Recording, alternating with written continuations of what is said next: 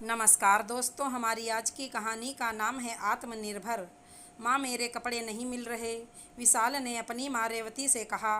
तो रेवती ने प्रश्नसूचक निगाहें उस पर गड़ाते हुए कहा, तो क्या आप ढूंढ दीजिए, मुझे देर हो रही है। मैं क्यों ढूंढ दूँ? अरे माँ, ढूंढ दीजिए ना। क्या माँ, आप मेरा इतना सा काम भी नहीं कर सकती? कर क्यों नहीं सकती? बिल्कुल कर सकती हूँ, पर क्या माँ? जल्दी से बोलो।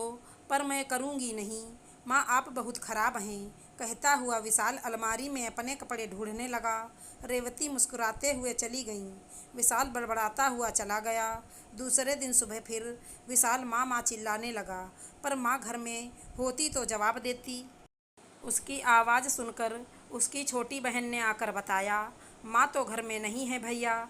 घर में नहीं है? इस समय कहाँ चली गईं? मुझे नहीं मालूम। माँ भी अजीब हैं।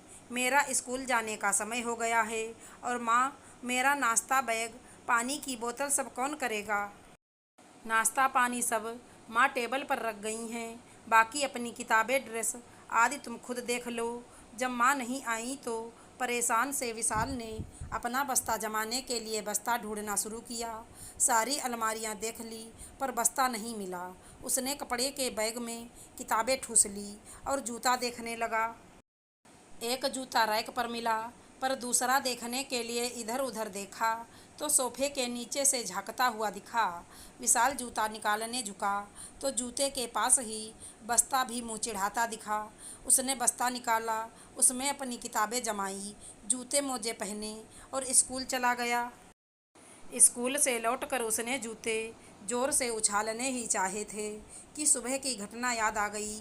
उसने सोचा, अगर कल भी माँ कहीं चली गई तो फिर। और उसने सूरैक पर करीने से जूते मोजे रख दिए, फिर बस्ता भी अच्छी तरह से संभाल कर अलमारी में रख दिया। माँ चुपचाप सब देखती रही। धीरे धीरे विशाल की आदत सामान सही जगह रखने की पड़ गई। रविवार को पूरा परिवार एक साथ नाश्ता करने बैठा। विशाल के पापा ने रेवती से कहा, आजकल घर बड़ा साफ सुथरा रहता है, और तुम्हारी और विशाल की झड़प भी नहीं होती। कोई जादू की छड़ी घुमा दी है क्या? हाँ, ऐसा ही समझो। मैं कुछ समझा नहीं। किया क्या है तुमने?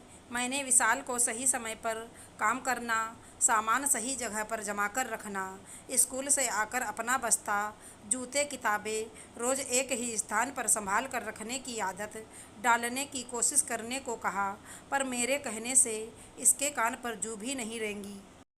तब मैं सुबह नाश्ता बनाकर पार्क चली गई।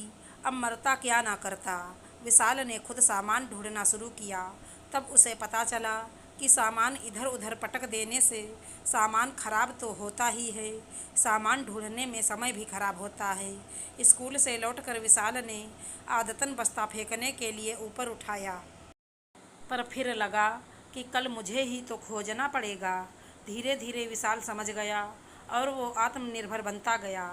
अब घर भी साफ रहता है, सुबह सुबह चीख पुकार भी नहीं मचती। वाह विशाल, पर तुम्हें गुस्सा तो बहुत आई होगी, उसके पापा ने पूछा। गुस्सा? बाप रे, पहले तो लगा स्कूल जाऊं ही नहीं, तब पता चलेगा मम्मी को। पर फिर याद आया, आज एक महत्वपूर्ण पाठ पढ़ाया जाएगा। बस मैंने तैयार होना शुरू किया।